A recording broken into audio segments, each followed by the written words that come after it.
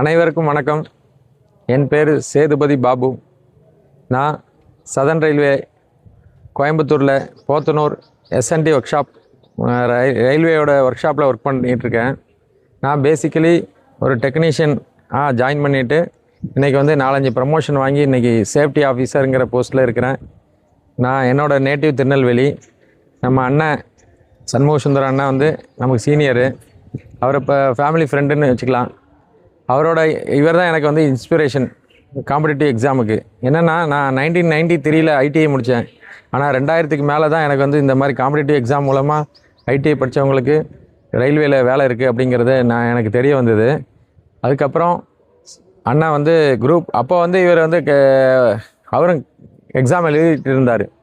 அப்போது குரூப் 4 எக்ஸாமுக்கு அண்ணன் ப்ரிப்பேர் பண்ணும்போது என்னென்னா அப்படின்னு நான் கேட்கும்போது, இந்த மாதிரி எக்ஸாம் எழுதி பாஸ் பண்ணால் நமக்கு வந்து கவர்மெண்ட்டில் வேலை கிடைக்கும் அப்படின்ற மாதிரி ஒரு விஷயத்த சொன்னார்.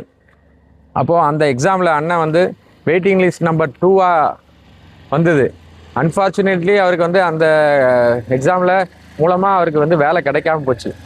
இந்த சூழ்நிலையில் அண்ணன் வந்து அதை ஒரு ஸ்போர்ட்டிவாக எடுத்துகிட்டு ஒரு அகாடமியே ரன் பண்ணி நிறைய பேரை உருவாக்குறாரு அப்படிங்கிற விஷயம் ரொம்ப உண்மையிலே எனக்கு ரொம்ப பெருமையான விஷயந்தான்.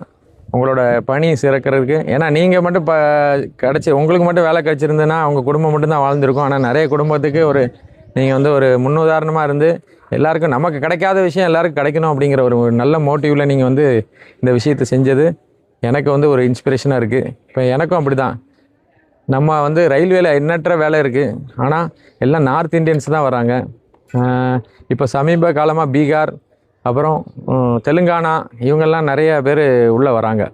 ஆனால் தமிழ்நாட்டை பொறுத்த வரைக்கும் பார்த்தீங்கன்னா, நாங்கள் ஒவ்வொரு ரெக்ரூட்மெண்ட்லையும் பார்த்தீங்கன்னா 10 பேர் 20 பேர் உள்ளே வருவாங்க. பார்த்தோன்னா ஒருத்தரோ 2 பேர் கூட வரமாட்டேன்றாங்க நம்ம தமிழ்நாடு மக்கள். அது ரொம்ப எனக்கு மன உளைச்சலாக கொடுக்குது.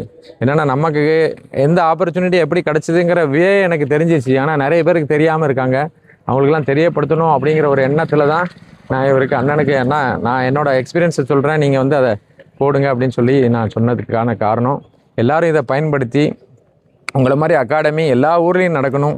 நிறைய பேர் அது மூலமாக பயனடைஞ்சு அவங்களும் நல்ல வேலைக்கு வரணும். ஏன்னா ஒரு ஆண் மகனும் சரி, இப்போ பெண் பிள்ளையும் சரி, ஒரு வேலை நல்ல நிரந்தரமான வேலை கிடச்சிச்சின்னா அவங்க குடும்பம் மட்டும் இல்லை, அந்த ஊரே நல்ல டெவலப் ஆகும்.